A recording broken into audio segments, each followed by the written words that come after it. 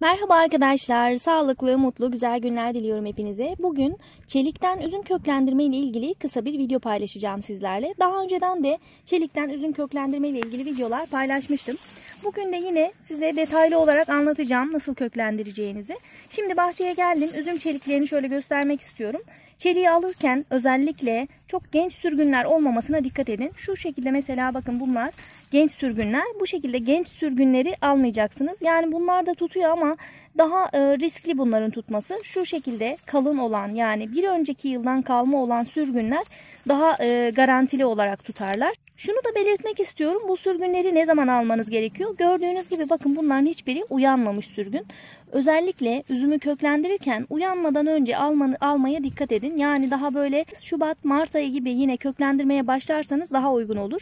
Sonralarda yavaş yavaş artık bunlar böyle patlamaya, şu gözlerden patlamaya başlayacak. Yani bitki uyanmaya başlayacak.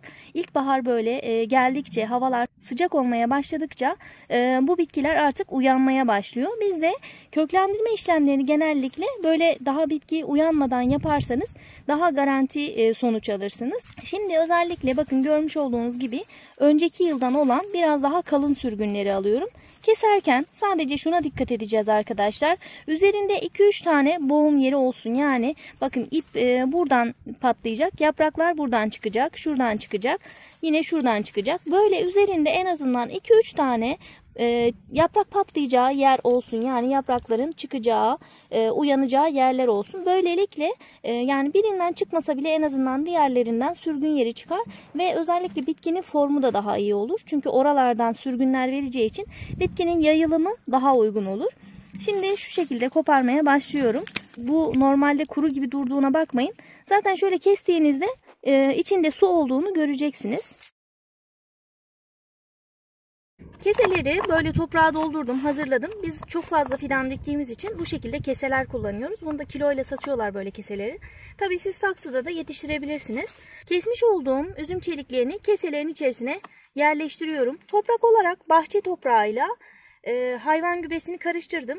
Ama isterseniz bahçe toprağının daha yumuşak olmasını isterseniz eleyebilirsiniz. Bahçe toprağını direkt eleyerek kullanabilirsiniz. Ben genellikle fidan dikiminde veya işte çiçekler için bahçe toprağını eleyip kullanıyorum. Doldurduğum, hazırladığım için nemli topraklar. Özellikle böyle çelikle yetiştireceğiniz bitkilerde öncelikle toprağı hazırlayın. Toprak nemli olması gerekiyor. Özellikle dikeceğiniz tohumları, fidanları her zaman nemli toprağa dikmeye özen gösterin. Nemli toprak kullanın. Çelikleri bu şekilde içerisine gömüyorum. Bunlar geçen yıldan diktiğim çeliklerim. Böyle kurumuş gibi durduğuna bakmayın. Hatta geçen yıl bunların videosunu sizlerle paylaşmıştım dikerken. Bunlar fazla olduğu için bunları dikecek yer bulamadım. O yüzden burada kaldılar. Bunları dikemedim yani. Hatta şöyle göstereyim. Bakın köklerinin ne kadar uzadığını görebilirsiniz. Bakın şöyle göstereyim. Bunlar da normal, içi yaş yani. Hani uyanmadığı için böyle göründüğüne bakmayın. Bunlar da normal dikilecek fidanlar ama özellikle bunlardan tekrardan dikmek istedim. Bu dikmiş olduğum tür çekirdeksiz üzüm olanlardan. Çekirdeksiz üzümün böyle dalını bulduğum için hemen bundan da çoğaltmak istedim. Dikmiş olduğunuz çelikler hangi türdeyse alacağınız meyveler yine o türden oluyor arkadaşlar. Ben genellikle böyle keselerin içerisine birkaç tane birden gömüyorum. Burada da görebilirsiniz. 1-2 tane gömüyorum. Tutmama ihtimali de olabilir. Tutsa bile zaten 2 tane olsa da fark etmez. Evinizin mesela bahçenizin bir köşesine bu şekilde çiftli olarak da dikebilirsiniz. Üçlü olarak da dikebilirsiniz. Daha iyi, daha hızlı gelişir, daha iyi büyür. Daha çok meyve almaya başlarsınız. Tabii üzümün yetiştirilmesi çok kolay arkadaşlar. Üzüm susuz yerde de yetişiyor. Bizim özellikle bahçemizde çok fazla üzüm var. Pekmez yaptığımız için sürekli çok fazla üzüm yetiştiriyoruz. Üzümün bakımı hiç zor değil zaten. Bakımında bir sıkıntı yaşamıyoruz. Ayrıca sulama da gerektirmediği için her yere dikiyoruz genellikle. Üzümü normalde her yerde yetiştirebilirsiniz. Şimdi ilk etapta bu şekilde dikiyoruz. Köklenmeye başladıktan sonra bahçeye alıyoruz. Hemen bahçeye dikmiyorsunuz. Bunlar hemen yaprak çıkarır ama bir anda köklenmez. Hemen yaprak çıkarmış olması köklendiği anlamına gelmez.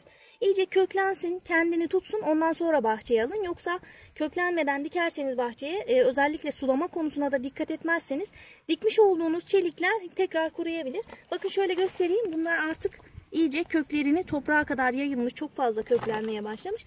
Ben tabii dikecek yer bulamadığım için burada böyle bakıyorum. Hemen dikemeyecekseniz de özellikle böyle bir arık gibi bir yer oluşturun. Onun içerisine koyun. Kese yetersiz geliyor çünkü belli bir süreden sonra çok fazla köklendiği için. Yine diplerden de suyu alıyor. İleride dikeceğiniz zaman da keseyi kesip hemen dikebilirsiniz. Çelikle üzüm köklendirmenin aslında birçok yöntemi var.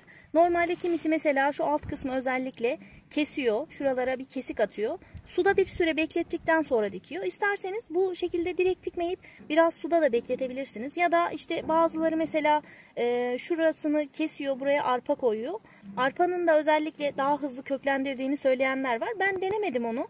Ama zaten bu şekilde diktiğimde de hiçbir sorun yaşamadım. Diktiğim her üzüm köklendi. Yani böyle zaten 2-3 tane dikiyorum. Arada çok nadir olarak bazıları fire verebilir. Özellikle dediğim gibi ince olanları, yani önceki sürgünleri dikmezseniz, bu yılki sürgünleri dikerseniz onlar biraz daha ince olduğu için onlar da fire verebilir. Ama özellikle bakın bu kalın sürgünleri, yani bir önceki yıldan kalma sürgünleri dikerseniz zaten bir sıkıntı yaşamazsınız. Fire vermez. Ama yine de sıkıntı yaşarız diyorsanız suda bir süre beklettikten sonra da dikebilirsiniz. Suda bir süre kendini topluyor bitki. Çelikler kendini topluyor. Ondan sonra toprağa diktiğinizde daha hızlı tutunuyor. Tabii altında drenajı sağlamak için de özellikle çok fazla suladığınızda kökte çürüme de meydana gelebilir. Çürümenin olmaması için bakın mesela bunda delikler var. Kullanacağınız saksıda da delikler olmasına özen gösterin. Biz direkt bahçeye dikmiyoruz hiçbir zaman. Her zaman böyle keselerde yetiştirdikten sonra bahçeye dikiyoruz. Bu yöntem daha uygun. Kesinlikle direkt bahçeye dikerseniz sıkıntı yaşarsınız. Bunu 3-4 ay bu şekilde yetiştiriyoruz. Yetiştirdikten sonra şimdi mesela ben bunları bu ayda dikiyorum.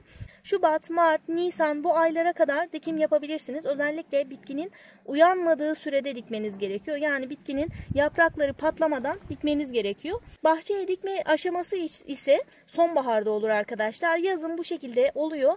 Biraz böyle yapraklar büyümeye başlıyor. Sonbaharda artık bahçeye dikim aşamasına uygun hale gelecektir. Aslında üzüm susuz da yetişir ama tabii ki bahçeye diktiğinizde tutunabilmesi için ilk zamanlarda özellikle aralıklı olarak yine sulama yapmanız gerekiyor. Zaten büyüdükten sonra da artık kendini toprağa, iklime adapte ediyor ve böylelikle sulamanıza ihtiyaç olmuyor. Biz genellikle böyle bahçenin özellikle atıl yerlerini, mesela böyle daha böyle yamaç olan yerlerini üzüm dikiyoruz. Böylelikle işte çevredeki ağaçlara tutunuyor ve büyüyor.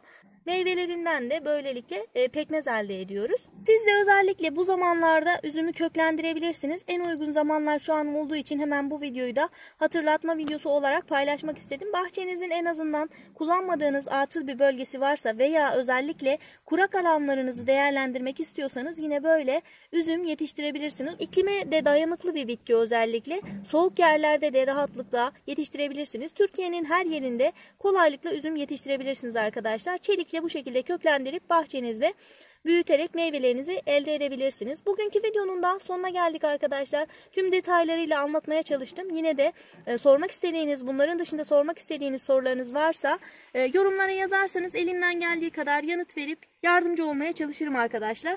Beril'in Hünerleri YouTube kanalımda çiçek ve bahçe bakımı konusunda elimden geldiği kadar videolar paylaşmaya çalışıyorum. Siz de videolardan haberdar olmak isterseniz kanalıma abone olabilir, bildirimleri açarak yeni videolardan sürekli haberdar olabilirsiniz.